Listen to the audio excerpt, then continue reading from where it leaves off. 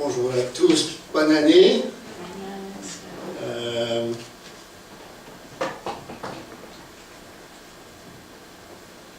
savez, c'est pour nous n'avons pas besoin du 1er janvier pour commencer de nouveau. Comme Dave a accepté le Seigneur, la journée que j'ai accepté Jésus dans mon cœur, dans ma vie, c'est une nouvelle époque, un nouveau jour. Amen. Une nouvelle année. La Bible nous dit que si quelqu'un est en Christ, il est une nouvelle créature. Amen. Alors, c'est avec cette joie que nous commençons une nouvelle année. Dans le monde, les personnes font des résolutions au début du mois. Je vais arrêter de fumer, je vais regarder moins de télévision, je vais perdre du poids, vous le savez. Notre résolution, pas parce que c'est le début de l'année, mais parce que nous sommes dédiés à notre Seigneur. C'est Seigneur, tu es le roi de ma vie. Tu es le Seigneur de ma vie. Et je veux être consacré au Seigneur Jésus-Christ. Amen? Je ne vous entends pas. Amen. Amen. Ce matin, je veux vous parler de Jean, Évangile de Jean, chapitre 1, et un verset seulement, le verset 14.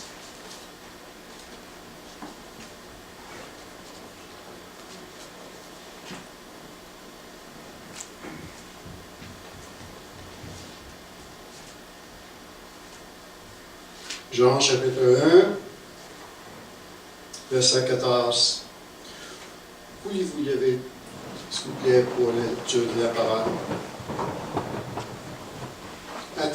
Attention à ce qui est écrit, verset 14. Et la parole a été faite chair, et elle a habité parmi nous, pleine de grâce et de vérité. Et nous avons contemplé sa gloire, une gloire comme la gloire du Fils unique venu du Père. Merci Seigneur de ta parole. Merci que ta parole est née dans nos cœurs. Ce matin, nous demandons Seigneur que ton Esprit Saint nous guide dans ta parole, qu'il change nos cœurs, nos façons de penser et de faire. Sois avec nous ce matin, avec la puissance de l'Esprit Saint. Au nom de Jésus. Amen. Amen. Amen. Soyez-vous.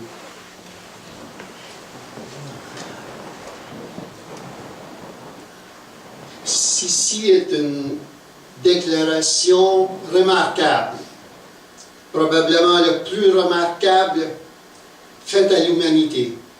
Et c'est une déclaration puissante et significative. Vous n'avez jamais entendu une déclaration comme celle-là. La parole a été faite chair, afin que nous puissions connaître Dieu. Nous pouvons rentrer dans sa présence et vivre. Parce que qui rentre dans la présence de Dieu avec le péché sur son cœur ne peut pas vivre.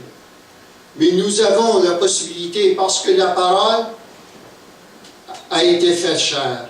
Quand Dieu choisit de parler, personne ne peut rester dans sa présence.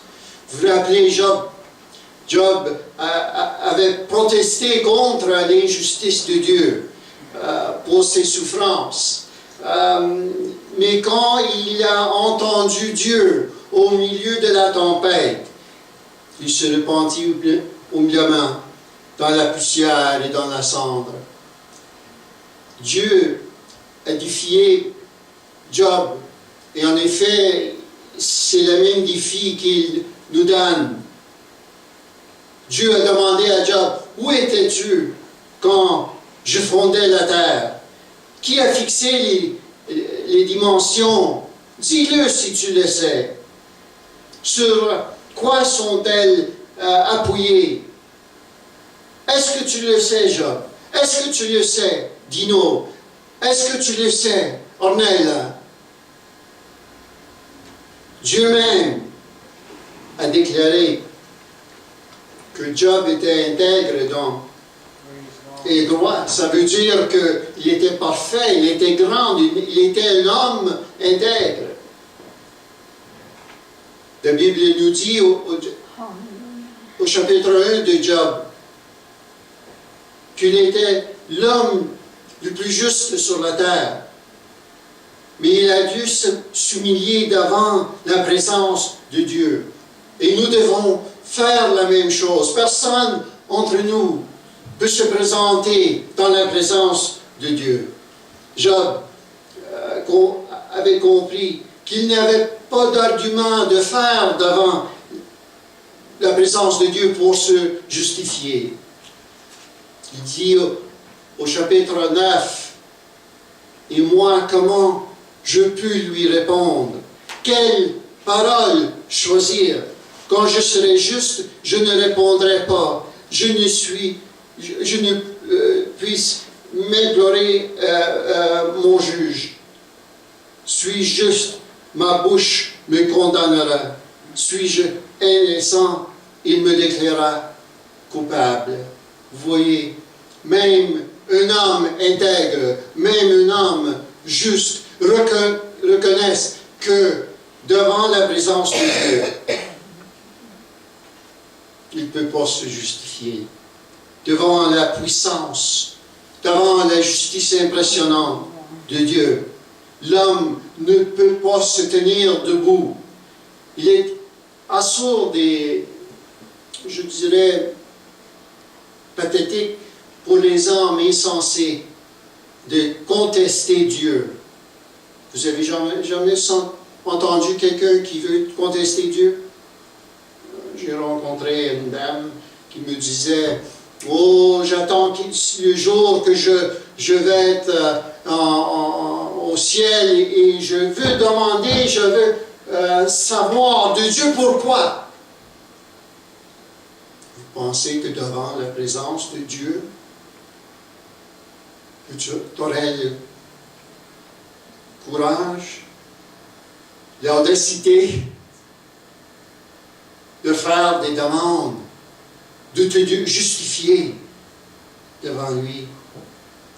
Enfin, Job a dit, il n'y a pas...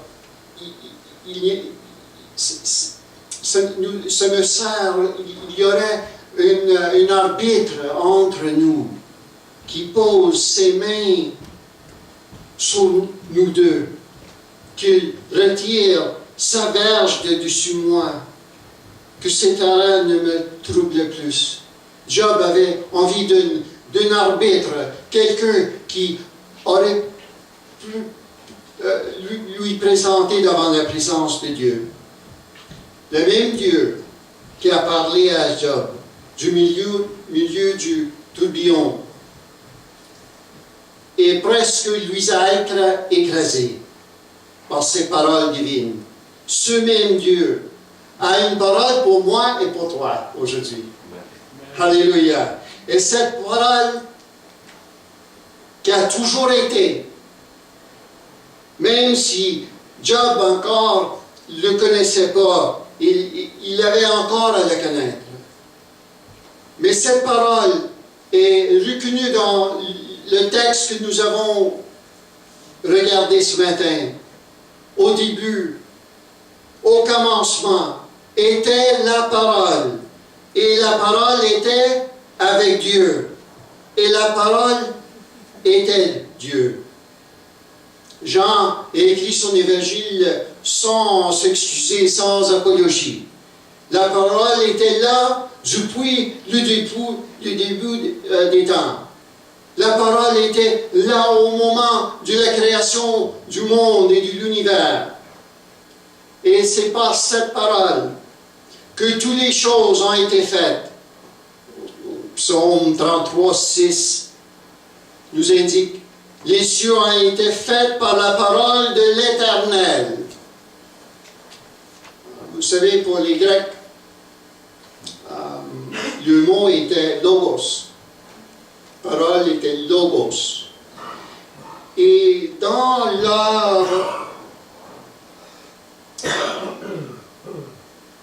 les définitions qu'il donnait à logos, les Grecs reconnaissaient que logos, c'est ce qui rend le cosmos en ordre. Il y avait confusion, l'obscurité et tourmente. Et c'est logos qui rend tout ça en ordre. Vous vous rappelez le jour que vous avez accepté Jésus-Christ dans votre vie. Vous vous rappelez que votre vie, il y avait la confusion, il y avait l'obscurité. Le logos, la parole du Dieu à rentrer pour rendre ordre dans ta vie. Nous comprenons que le logos est Jésus-Christ, notre Seigneur et notre Sauveur. En lui, nous avons la vie. Alléluia. Amen. Amen. Il est le fondement de la vie. Il est essentiel à la vie. Et c'est lui qui nous donne la vie. En Colossiens, 1er chapitre, verset 16. Car en lui ont été créées toutes les choses qui sont dans les cieux et sur la terre, les visibles et les invisibles. Trône, dignité, domination, autorité, tout a été créé par lui et pour lui. Il est avant toute chose et toute chose subsistant en lui. Vous savez que nous sommes ici parce que nous sommes créés par Jésus. Nous sommes ici et nous existons parce qu'il est la base de la vie. Il était là depuis le début des temps. Il a établi dans l'éternité que la parole devient chair. Quand toutes les choses ont été créées, la parole existait. Il était là. La parole est sans commencement et sans fin. En Proverbe, chapitre 8, verset 23, c'est écrit: J'ai été établi depuis l'éternité, dès le commencement avant l'origine de la terre. La parole que Dieu a parlé dans notre cœur, c'est une parole qui a été lancée à l'homme, à l'homme perdu, pour lui racheter. C'est une parole si grande, plus grande encore de l'acte de création. On dit, l'acte de création, le monde, la terre, les étoiles, les planètes, plus grande encore. Et l'acte que Jésus a fait sur la croix, pour toi et pour moi, en nous donnant la vraie vie avec sa parole. Par la parole, nous sommes sauvés, mes frères et mes sœurs, et nous sommes guéris. Toute la connaissance de l'homme, vous savez, toute la connaissance de l'homme est encodée dans les mots.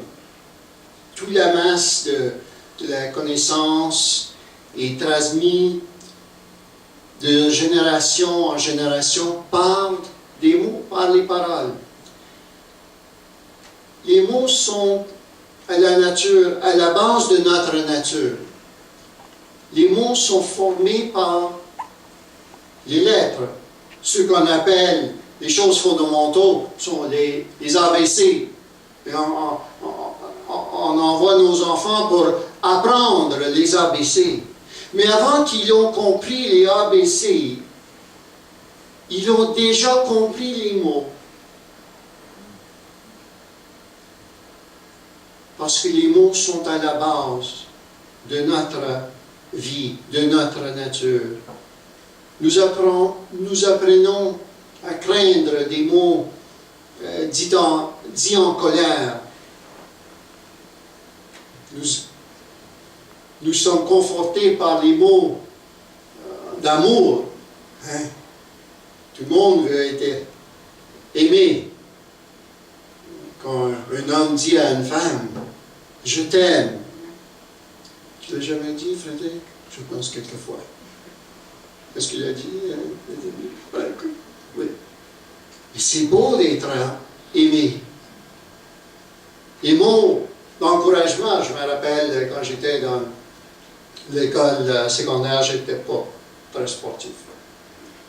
On jouait au soccer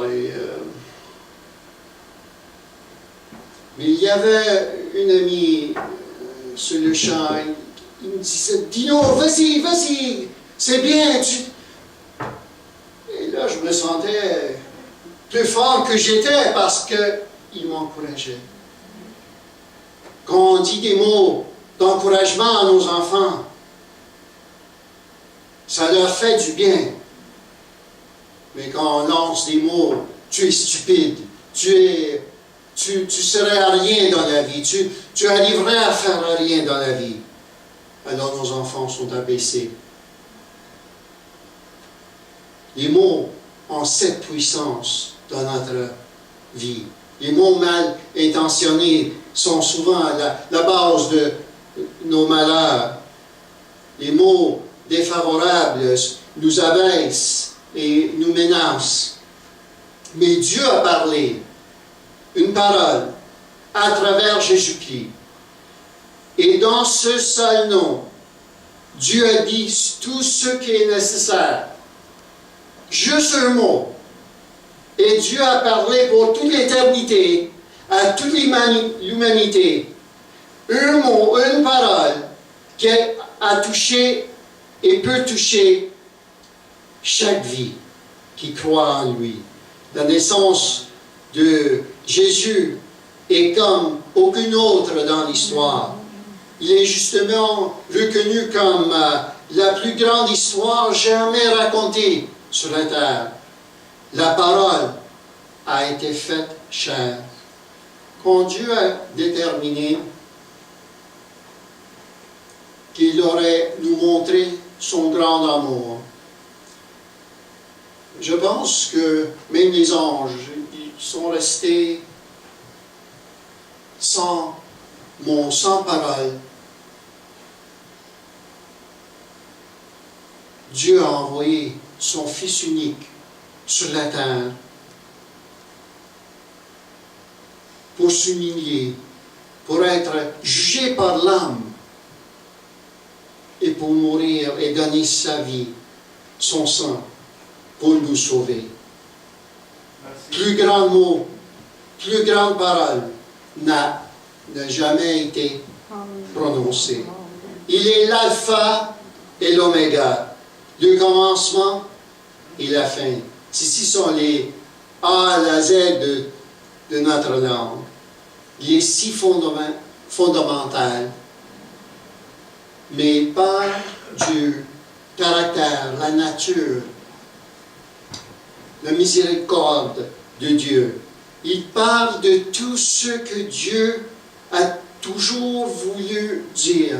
Il parle de toutes les choses que Dieu veut te communiquer aujourd'hui. En une seule parole, le Père a exprimé tout son amour pour moi et pour toi. Alléluia. Alléluia.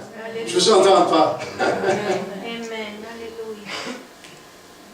Par cette parole, tu peux connaître l'auteur, la profondeur et l'étendue de son amour pour toi. Vous connaissez bien Jean 3, verset 16. Car Dieu a tant aimé le monde, qu'est-ce qu'il a fait? Il a donné son Fils unique, afin que quiconque croit en lui ne périsse point, mais qu'il ait la vie éternelle. Dieu, en effet, n'a pas envoyé son Fils dans le monde pour qu'il juge le monde, mais pour que le monde soit sauvé par lui. L'auteur C.S. Lewis a écrit dans son livre Les fondements du christianisme, il n'a coûté rien au bon Dieu, autant que nous le savons, pour créer les plus belles choses, mais de convertir les volontés rebelles de lui coûtait la crucifixion. Dieu veut que nous passions à l'étape finale, de venir, de lui accepter, de permettre qu'il peut vivre dans nos cœurs, il peut vivre avec nous, il peut vivre avec son peuple. Quand Dieu a déterminé de parler dans ta vie, malgré toutes nos faiblesses, toutes les indignités, il a donné tout ce qu'il avait. Dans le ciel, peut-être qu'il y a beaucoup d'or, peut-être qu'il y a beaucoup de pierres précieuses. Mais Dieu a donné tout. Qu'est-ce que ça coûte à notre Dieu de créer l'or ou l'argent? Mais il lui a coûté la vie de son Fils Jésus-Christ, pour l'amour qu'il avait pour toi et pour moi.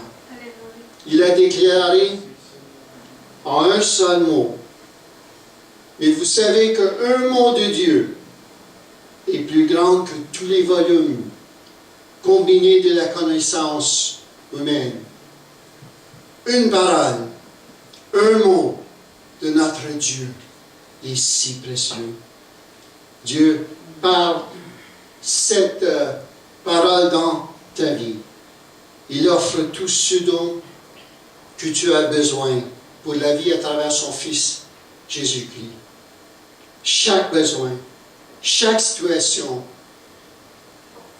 est rencontrée par la personne de Jésus-Christ. Il a parlé un mot d'amour à moi et à toi. La chair, vous savez, corrompt la nature. Mais quand la parole s'est fait chair, Jean dit que nous avons contemplé sa gloire. Une gloire comme la gloire du Fils unique venu du Père, pleine de grâce et de vérité. À cause de notre nature coupable, la grâce et la vérité nous sont loin. Mais Jésus, la parole éternelle, la parole de Dieu, nous soulève à la dignité par un acte incroyable. Il a pris sur lui l'ensemble de la nature humaine, sauf le péché. Et en 2 Corinthiens 5, 21, c'est lui qui n'a point connu le péché. Il a fait devenir péché pour nous, afin que nous devenions en lui justice de Dieu. Un prêcheur a dit, c'est comme, j'aurais besoin des deux mains, mais vous allez comprendre. C'est comme ma vie est ici. Et c'est une vie pleine de péchés. Et ici est la justice de Jésus-Christ. Et qu'est-ce que Dieu a fait? Il a pris tout le péché de ma vie. il a renversé tout ça sur Jésus-Christ. Et en même temps, il a pris la justice de Jésus. Il a rempli ma vie de la justice Amen. magnifique de Jésus. Vous savez, la parole a été faite chair et elle a habité parmi nous. Quand Israël était dans le désert, Dieu a mis sa tente au milieu des Hébreux. Et il a manifesté sa gloire dans la tente. C'était là où Dieu rencontrait l'homme pour avoir communion avec lui. Là, il parlait et l'homme écoutait. Jésus est l'attente de la rencontre avec Dieu. C'est en Jésus que nous avons accès au Père. Jésus est l'attente du témoignage où Dieu nous parle et nous avons accès au trône de Dieu. Dieu a planté sa tente parmi les hommes, savant qu'il pouvait parler pour eux. Toute la connaissance de Dieu nous arrive par la parole. Nous connaissons Dieu par la parole. Nous connaissons Dieu par Jésus-Christ, son Fils. Est-ce que la parole est devenue chère en toi? As-tu entendu la voix de Dieu? As-tu entendu cette voix qui parle dans ta vie? Hier soir, je parlais avec une amie. Il me disait, si vraiment on entend la voix de Dieu, nous sommes changés, il faut absolument, nous parlerons pas de la façon que nous parlons. Les choses que qu'on fait tous les jours. Si on entend vraiment la voix de Dieu, notre vie est changée. Totalement, complètement. As-tu entendu? As-tu écouté quand Dieu a parlé une parole de vie et d'espoir dans ta vie? Romains, chapitre 10, verset 8. La parole est près de toi, dans ta bouche et dans ton cœur. Or, c'est la parole de la foi que nous prêchons. Écoutez, si tu confesses de ta bouche le Seigneur Jésus, et si tu crois dans ton cœur que Dieu l'a ressuscité des morts, tu serais sauvé. Amen. Amen. Amen. Prions ensemble. Peut-être qu'il y a quelqu'un ici qui a encore à prendre cette décision. La parole a été faite chair pour toi aujourd'hui. Dieu a parlé à ton cœur parmi la parole qui est Jésus-Christ.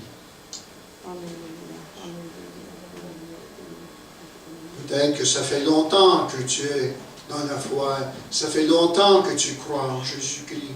Mais quand est-ce que c'est la dernière fois que tu as entendu sa voix? Tu as seulement regardé Jésus. Et tu entendrais la parole que Dieu a prononcée pour ta vie. C'est une parole d'amour, une parole d'espoir, une parole surtout de vie. Merci Seigneur pour ta parole. Merci pour Jésus-Christ. Merci Seigneur que tu m'as fait connaître Jésus-Christ. Et parmi cette présence dans ma vie, je peux me présenter. Tu es l'arbitre que Job a tant décidé. Tu es l'arbitre qui pose ta main sur les deux côtés pour me donner accès au Créateur de ma vie. Merci Seigneur pour ta parole. Alléluia. Remercions le Seigneur ensemble.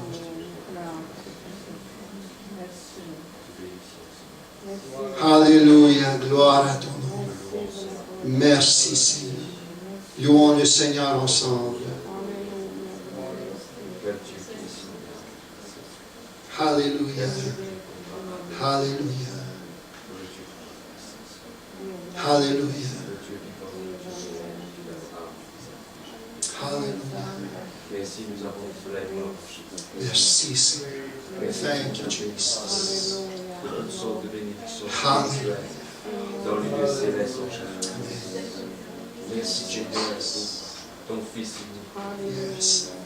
Louange à ton nom. Alléluia.